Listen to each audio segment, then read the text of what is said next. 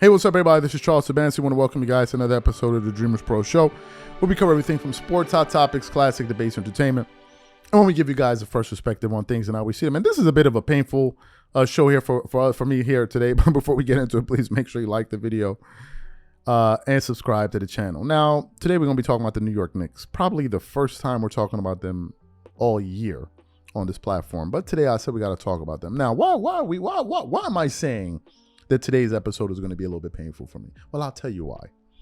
As some of you may know, I was born in DC, but I grew up in New York. Went to junior high, went to high school, art and design, all of that stuff in New York. Lived in the Bronx, all of that stuff. So I consider myself a New Yorker because that's where, that's what kind of raised me, where I had all my fights and all that stuff. So, New York gave me my sensibility. So I consider myself a New Yorker, right? So seeing the New York Knicks make it into the playoffs this year felt really good for me. To see New York back in the playoffs, because I know how much New Yorkers appreciate basketball. I know this from growing up there, Rucker Park, and just the basketball culture. It's the reason why whenever the best of the best NBA players came to New York, to the Garden, they had their best performances. Whether if it was Michael Jordan, whether if it was LeBron James, whether if it was Kobe Bryant, whether it was Carmelo Anthony, who's from the town, but I think he grew up in Baltimore. Everyone wants to play well in front of the New York Knicks fans because they appreciate basketball. They appreciate good and when you're playing like garbage, they're gonna let you know. They're gonna boo you. That's the thing I like about New Yorkers. I always tell Marco about this. Marco also lived in New York. This is the thing, who loves New York, by the way. This is what I love about New Yorkers, man. What I love about New Yorkers is that they're not fake. If somebody from New York is your friend, they're your friend. If they're not your friend, you're gonna know. There's no cure. Oh well, what this guy now? You're gonna feel it, right? New Yorkers are the only. You can't be on a train in the morning going somewhere talking about, hey, good morning. They're gonna look at you like, yo, bro, what's wrong with you? What do you mean good morning? This is not the place. Like, it's just not the place. And I like that, right? I like that.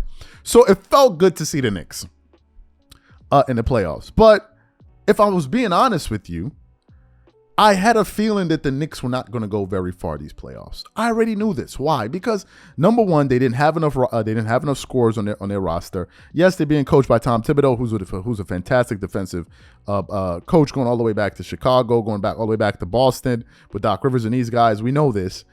But they just didn't have enough offensive firepower, and their guys, their best players, like the Julius Randles of the world, and their was it RJ? Make sure I get the guy's name right. RJ Barrett and these guys, Josh Hart and these guys. These are good players, but they're not enough, man. No disrespect, they're just not enough. So I knew that eventually New York was going to lose. Yeah, they made it out of round one, but you had the feeling that it wasn't going to last very long, especially playing against Jimmy Butler. You know that these guys are going to come back and find a way to win. So yesterday the Knicks lost, right? Not to my surprise. And I was watching that game towards the end, man. You're watching the game, you're like, yo, bro, what's going on? What's going on here? So after the game, the New York Knicks lost. And New York native Stephen A. Smith was on ESPN. They were covering the game. And at the end of the game, man, he had a rant about the New York Knicks and specifically Julius Randle that I think was 100% on the money. So for those of you who didn't hear what Stephen A. Smith had to say about Julius Randle and the Knicks, take a listen to what Stephen A. Smith had to say here, and then we're going to come back and react to his comments. Take a listen to that. The Heat knocked out the Knicks here on ESPN. Everyone wants to hear Stephen A.'s reaction. The rest of the time is yours. I want to thank Jalen Brunson for the great season that he gave the city of New York and the Knicks franchise, 14-22 shooting, 41 points. Absolutely sensational performance from him. RJ Barrett, is going to be a long off season. You are absolutely pathetic. 1 of 10 from the field. In 32 minutes, all you could score was one basket. You got to really look yourself in the mirror and work on your game, young man. Julius Randle, I am done with this man. I'm calling for the New York Knicks to trade him. You're not going to win with him. His body language, the second his shot is not falling, he's defeated, and it has contagious effect. It's like a virus that hits everybody, no pun intended, considering the times we live in. Julius Randle is not the answer. Trade him. He needs to go because every postseason, this is what he does. And that's the way that it is. 14 field goals by Jalen Brunson. The entire rest of the Knicks, all other 8 players who played, 13 field goals. An absolutely pathetic offensive performance, and the New York Knicks season is over. Julius Randle is not the answer. Trade for Damian Lillard or Karl Anthony Towns. Find a way. He needs to go. If you can play McBride and Grimes, you can play Damian Lillard with Jalen Brunson. So you heard what Stephen A. Smith had to say. First of all, I think Stephen A. Smith is 100% on the money. I don't even think this is up for discussion, really. Julius Randle, who was a former Laker. I know him from the Laker days. I think it was there with Kobe, if I'm not mistaken. Yeah, he was there, if I'm not mistaken. So I know him from the Lakers. Yeah, he was a tough, gritty player and all of this stuff. But ever since he went to the Knicks, Julius Randle, from afar, seems like this emotionally unstable player. Julius Randle looks like he cannot control his emotions at all.